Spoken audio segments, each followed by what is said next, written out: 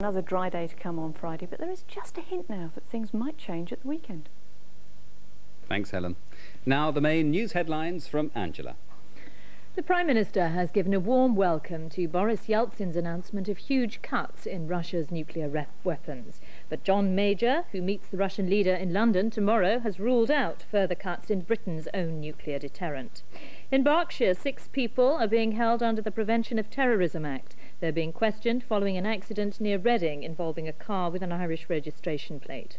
Belfast Crown Court has heard that a former soldier who infiltrated a loyalist terror group provided information which saved many lives. Brian Nelson has admitted 20 terrorist charges. And a new report on the safety of passenger ferries says many of the recommendations made after the Zeebrugge disaster have not been implemented. There are flaws in 14 British vessels. That's it from us for this evening. Join us tomorrow night, 6:30 if you can. Good night. Good night.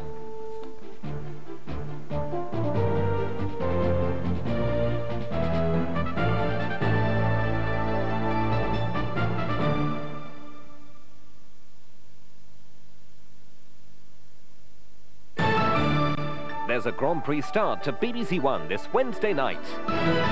At 7:30 in Tomorrow's World, with the new season only 4 weeks away, the Formula 1 car is put through its paces. At 8, Rodney is in love. Blimey, let the poor girl up for air, Rodney.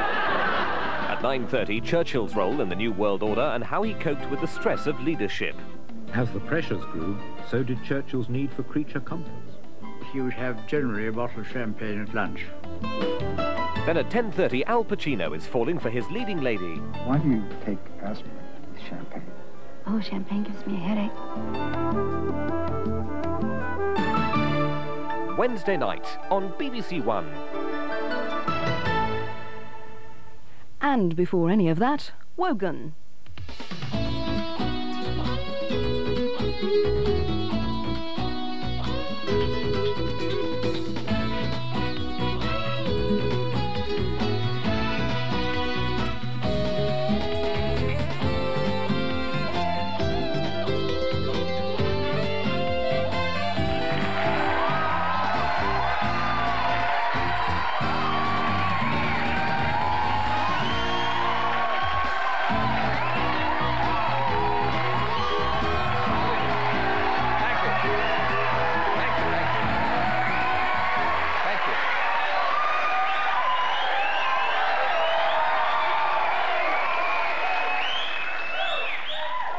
It's as if we're meeting for the first time.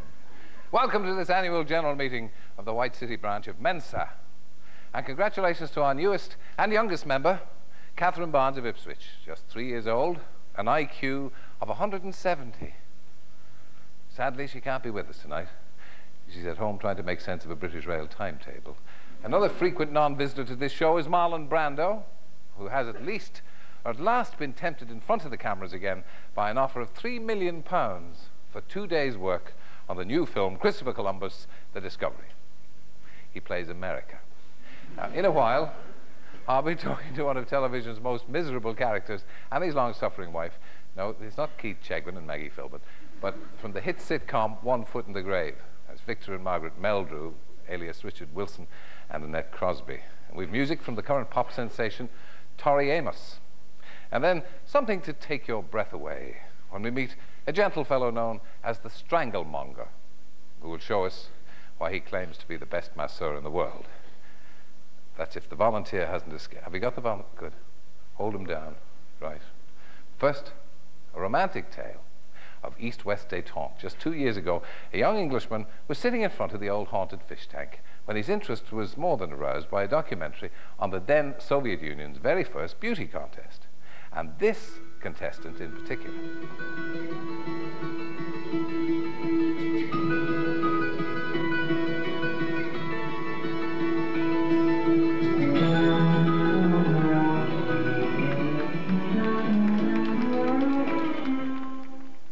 Yes, indeed. And to tell us what happened next, we welcome the young lady herself, Venera Azizova, and the interviewer, Andrew Simmons.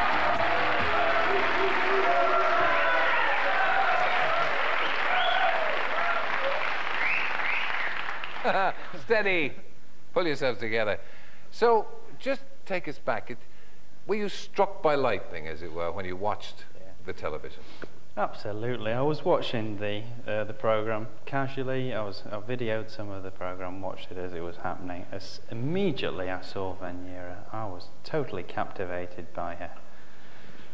I just thought she was the most beautiful girl that I'd ever seen. But apart from the beauty, I mean, there must have been something else. I mean, you can see beautiful girls on the television all the time. Yeah, much more. The whole interview, the interviews they took with her were completely in Russian. I didn't understand a word, but I could tell by the way that she spoke, and she came over as having a tremendous personality, and I was just captivated immediately. But are you an impressionable person? I mean, have you done this kind of thing before?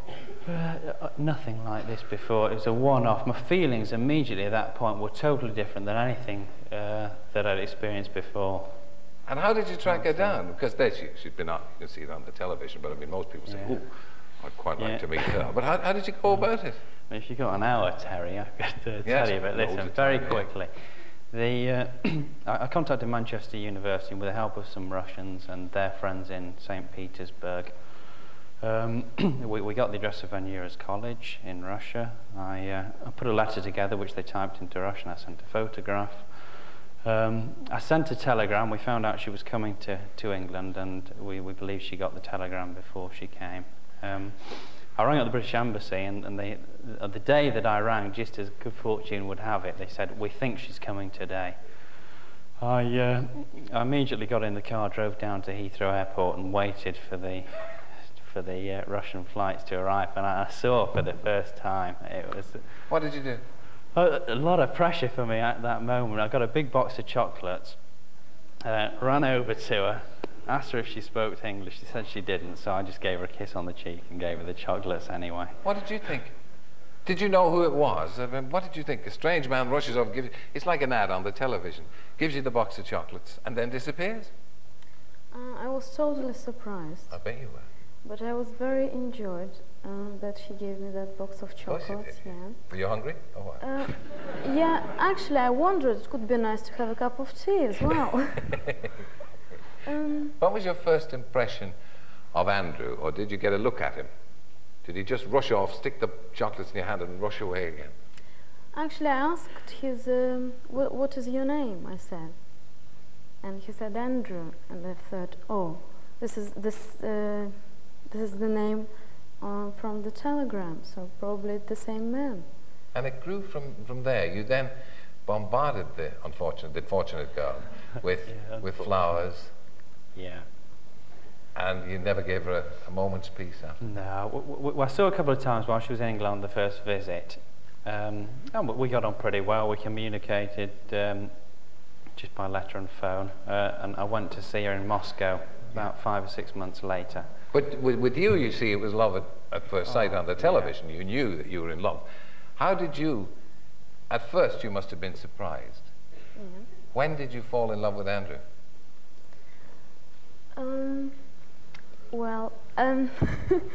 When I went back to Russia, a little bit later I realized that I miss him, and we agreed to meet each other in Moscow. So he came to Moscow and brought a lot of presents, which I really liked, and I fell in love. It's the way to a woman's heart, the presents. Yeah.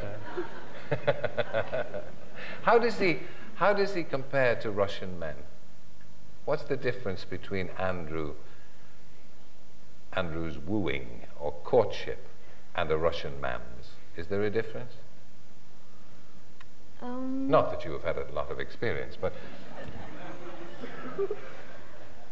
Actually, I can't find big difference because, except that Russians' boys are from communist society and English from capitalist. Yes. You like capitalists better, do you? Now we're going to be a capitalist country. Yeah, of course you are. Oh, you are? Yes, of course you are. So you're ahead of the game, really. Do you think you'll be able to live here in Britain happily? I think so, but the main point is we're together, and it doesn't matter where. And how did you propose? when I went out to Moscow, the coup had just started. The tanks were rolling in, so we took a 14-hour train journey to her parents' house, and I proposed in front of her parents. You're not the luckiest man in the world. When you went to see her in Moscow, Russia. the tanks had rolled in. Yeah, we began to think if it was perhaps the way I started it, but... Yeah, and now wedding bells. When are you going to get married? This Saturday. It's terrific. It is a terrific story. It's a dream come true for me. I know. For me as well. Well, that's great. I hope you'll both be very happy. Thank Have you. a lovely, lovely day on your wedding day. Thank you Andrew very much. and Vaniera, we wish them everything. Good story. Thank you.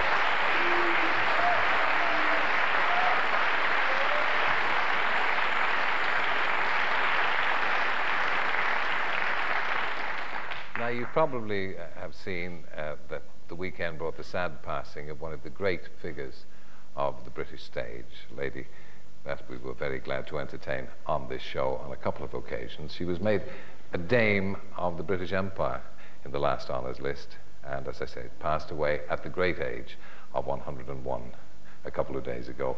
About 4 years ago, when she was about 97, she came into this show and gave us her favourite speech, Juliet's speech from Romeo and Juliet. So this is our way of just a little tribute to the great Dame Gwen Frankham Davis. Farewell. God knows if we shall meet again. I have a faint cold fear thrills through my veins that almost freezes up the heat of life. I'll call them back again to comfort me. Nurse! What should she do here? My dismal scene I needs must act alone. It's just our little tribute to a great actress and a great life, Gwen Frankham Davis. Now, my next guest hails from North Carolina, but recently made England her home and is sending tremors through the pop world with her debut album, Little Earthquakes. Now, later this evening, she starts a tour of the United Kingdom at the Shaw Theatre, but she's here first to practice her Richter scales and sing China. Tori Amos.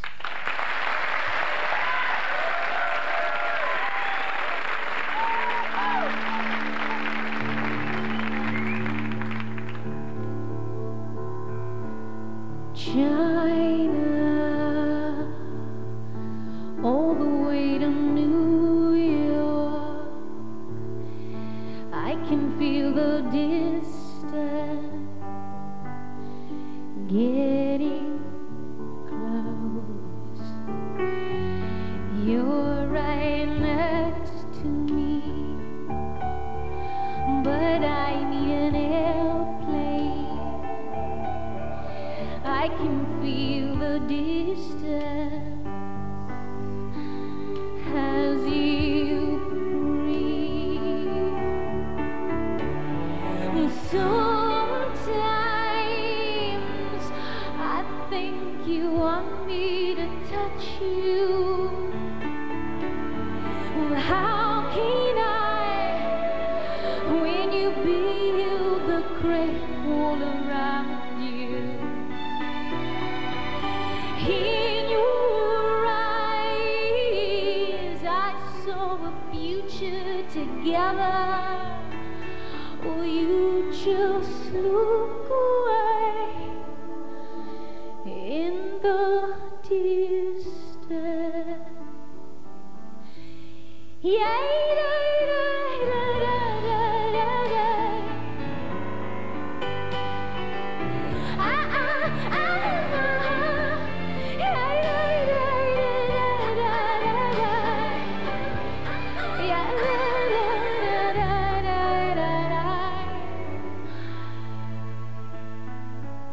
China, all the way to New York. Maybe you got lost in Mexico. You're right next to me. I think that you can hear me. Funny how the distance learns to grow.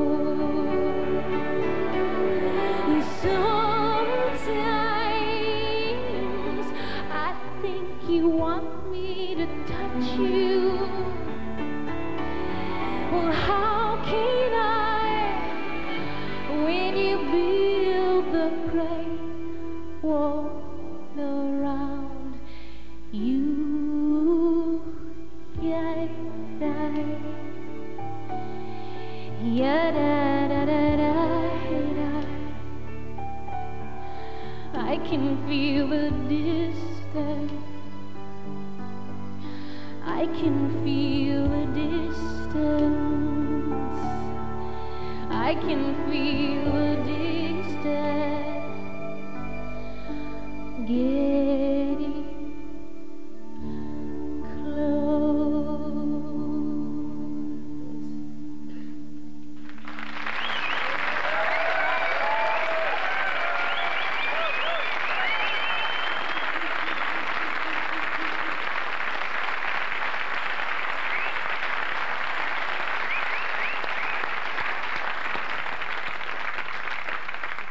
Lovely, that's Tori Amos. Now, this weekend sees the return, or the welcome return to BBC1 of the award-winning comedy One Foot in the Grave, in which grouchy Victor Meldrew and his long-suffering wife Margaret confront the problems of retirement in suburbia, where they constantly find themselves at odds with the most straightforward situations.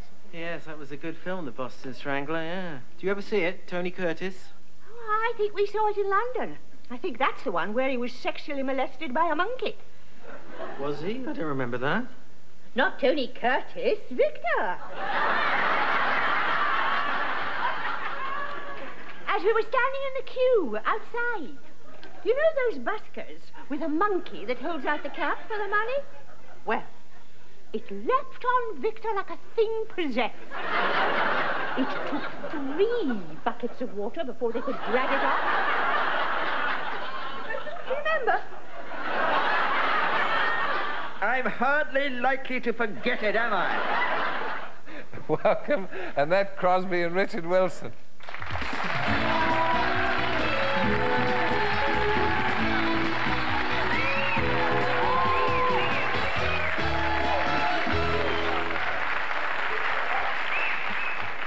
I just think the series is so well scripted and everything, at the risk of being sycophantic. Is it? We didn't script it. No, but I mean, no. David Renwick's. Do you find it amusing to do? Does it make you laugh yourself? Yes. Early on it does. Yeah. But once we get used to it, of course, it's not quite so funny as. I don't know. Why am I sitting so far away? I don't know. It's because the nature of television. It distances you from people. Is that bad for cameras if I sit here? Very engaging. It's good to see you both so close. Do you think? Why do you think? You're not a Russian, are you, by any chance? No. Do you think people identify with the kind of bickering that goes on? Oh yes, yes. I keep being told all over the place. What, people come up to you in the street? Just like my husband, I think. Just like my father. Just like my husband. But do you think it's people of a certain age that respond to it, or young people? No, it's young people as well. Young people, yes. Mm. But it's about getting old and irascible, isn't it? No. No. Isn't it? Nothing to do with getting What's old. it about then? You start. Just this man. Go on, pick on me then. Go on, pick on me. I think he's got it wrong. I think he's got it wrong. Well, okay. Show me the error of my ways. My theory is that Victor is like all of us. We'd all like to say and do the things Victor does, and we don't because we don't have the guts. But the wonderful thing is that what happens to Victor is exactly what would happen to us if we did it. That's my theory. And a damn good theory as well. Well done. That was very well said. I haven't checked it with the author. Do you agree with that, Victor? Absolutely. Victor, sorry, every Richard. word. Yes, I don't think it's about growing old especially, no. I think it's about society. It's about everything that happens to everyone. And he does carry it through. Not just people when they retire, not just people who are at a loose end and can't get a bit frustrated. Victor's been made redundant rather too early. That's his problem. And that happens to a lot of people. There are probably some people here this evening who might be made redundant next week. Do you not think? No use looking at me. No, nothing. No, though you never know. Do you think a lot of women identify with the wife by saying, Yes. you know, it's just like my Charlie? Yeah. But it's not always the man who's irascible, is it? I mean, women can be irascible as well, can't they? And bad-tempered. In real life, I'm more like Victor than Richard This is true. Are you a nasty piece of work? I'm the one that flies off the handle. I'm the embarrassing one. Why do you think Margaret the character puts up with Victor? Well, they might have a very good sex life, you don't know. But you see, in current television terms, we ought to be able to see that. It? Ah, yeah. yes, I'm you know, if Melvin was writing it, we could see it. Yes. Yes, we haven't got that. We've been in bed, of course, a lot of times. Congratulations. Don't ever say anything like that in front of this crowd. No, exactly. But we haven't been seen. No, of course not.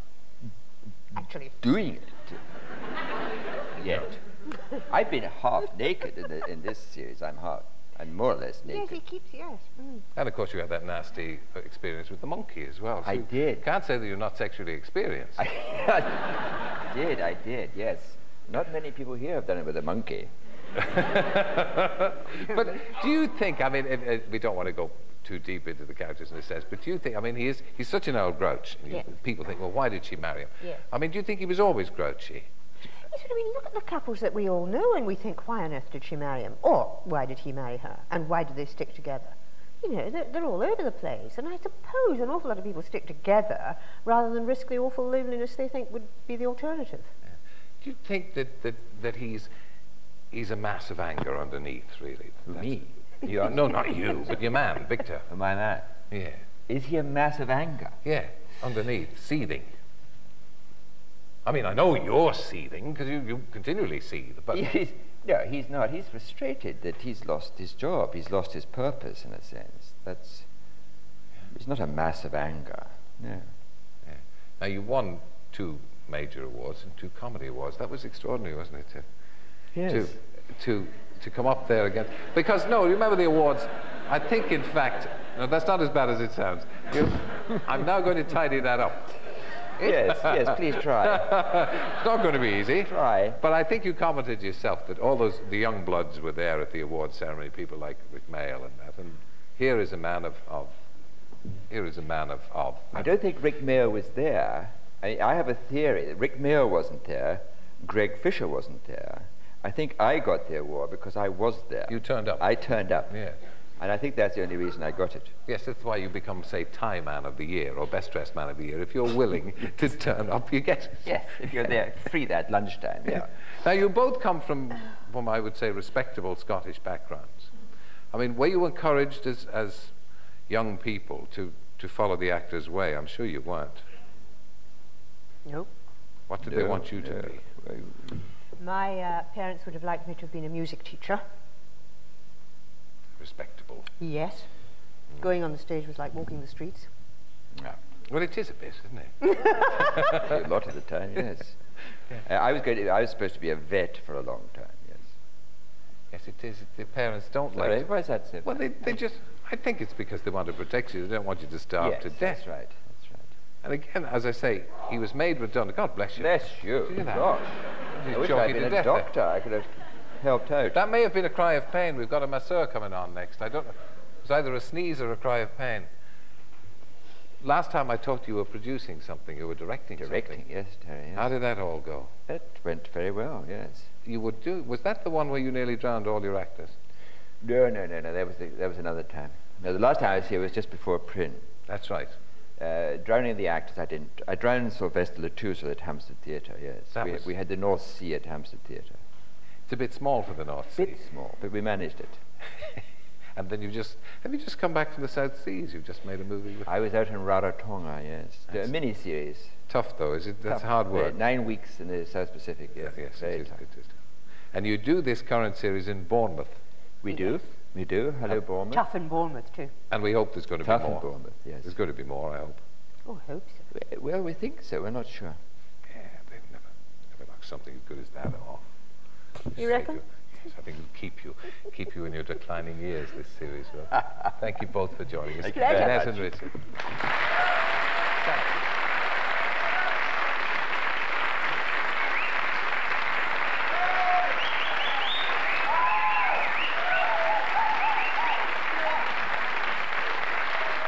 Okay, now, Now, I want you to meet a man who delights in rubbing people up the wrong way. He's a professional masseur who cites as his hero the Marquis de Sade, and who admits his distinctly brutal technique is designed to make the client beg for mercy. And those clients, or should I say victims, include such luminaries as Sean Connery, Albert Finney, and President George Bush. Here to show us that sadism can be fun, welcome Sasha Sorokin.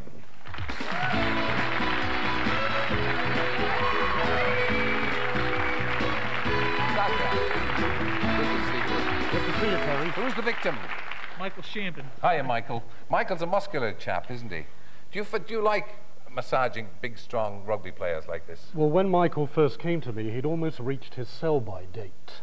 But now I'm trying to replenish these parts which are fading. How are your parts? Are they being replenished? Yeah. Even as we speak. You've got very strong-looking hands there. I mean, do you not frighten the clients looking the way you do? Because you're not, if I may say so, dressed in a conventional way. Most of my clients are absolutely terrified of my appearance. It's all part of the treatment that I have to instill fear into them in order that they accept the brutalization which will occur later. Yeah. What are you doing now? What are you doing to this poor unfortunate? I am kneading the top of the corner of his shoulder blade. Is he in poor shape there? This man, I would say... Will you stop crying, please? You're just here to lie there and be massaged. I want no cries of pain. Yes? I would say that if you've seen these gentlemen walking along Oxford Street with these huge signs, the end is nigh, yes. I think that before I got to him, he could have possibly been close to those men. So there you are. You're being saved. Be grateful. When people see you, do they change their mind about wanting a massage? Very often, but it's a bit too late by then because my knee is in their back, my body is over them on the table, and they're pressed into submission. Yes, you haven't kneed him yet, have you? I haven't kneed him yet. I'm about to do that. Oh, good man. You're going to get kneeing in a minute. It's okay. I'll hold his head down. I've got this...